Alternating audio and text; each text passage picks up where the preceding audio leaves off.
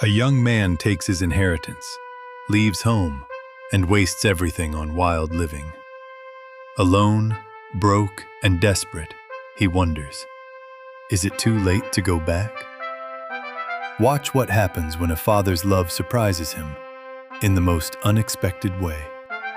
Welcome on this YouTube channel. Watch this video up to the end and see what happened. A warm morning light spilled over a quiet village. A young man, restless and yearning for adventure, approached his father. His eyes were filled with a mix of determination and defiance.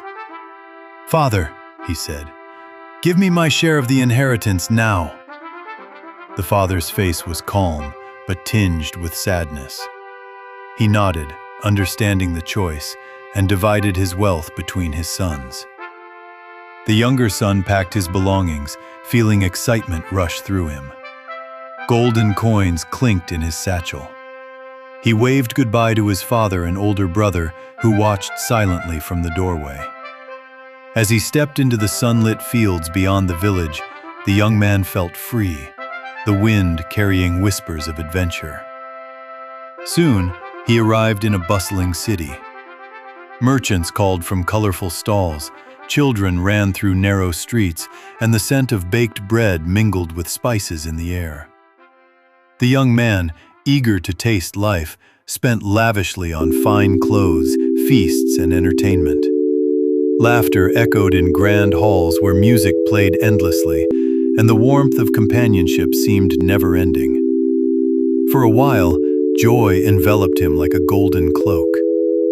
But as weeks turned into months, the fortune dwindled. The crowds faded, and the laughter grew hollow. One day, the city's gates seemed colder, the streets less welcoming. The young man had nothing left. His clothes were worn, his belly empty. He wandered into a field where pigs roamed, hoping to find some scraps to eat. The sight of the animals chewing on coarse food made him realize just how far he had fallen. A deep ache of loneliness and regret sank into his heart. Sitting alone under a tree, he remembered his father's home. The laughter of family, the warmth of a loving hand, the simple joy of a meal shared. He longed for it. "I will go back," he whispered to himself, "and tell my father, I have sinned against heaven and against you. I am no longer worthy to be called your son." Rising slowly, he began the long journey home, each step heavy but hopeful. Meanwhile, back at the village, the father watched the horizon every day. His heart ached for his son, yet he waited patiently, trusting in the day he would return. And then, one late afternoon, a familiar figure appeared on the road.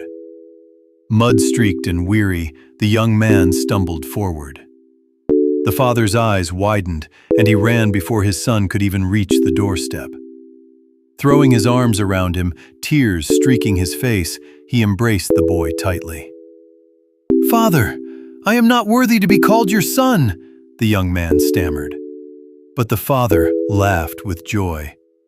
"Bring the finest robe, put a ring on his hand, prepare a feast. My son was lost, and now he is found." Neighbors gathered, curious, and marveled at the celebration. Music and dancing filled the air as the village rejoiced at the return of the lost son. Inside the house, the older brother, who had remained loyal and hard-working, watched with unease. He felt a twinge of jealousy, wondering why such a grand celebration greeted the wayward sibling. The father, noticing his elder son's sadness, spoke gently. "My child, you are always with me, and all I have is yours. But we must celebrate, for your brother was lost and now is found." The words sank into his heart, softening the edge of resentment. That evening, the house glowed with warmth. The lost son sat by the fire, wrapped in a new robe, the ring shining on his finger. Laughter and stories filled the room. He looked at his father and brother and realized that home was more than wealth or adventure. It was love, forgiveness, and belonging.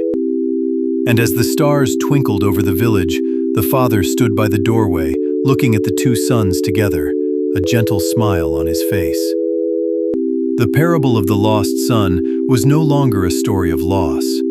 It was a living testament to grace, hope, and the boundless love that waits patiently for those who return. Please subscribe, share, and like for more. Thank you.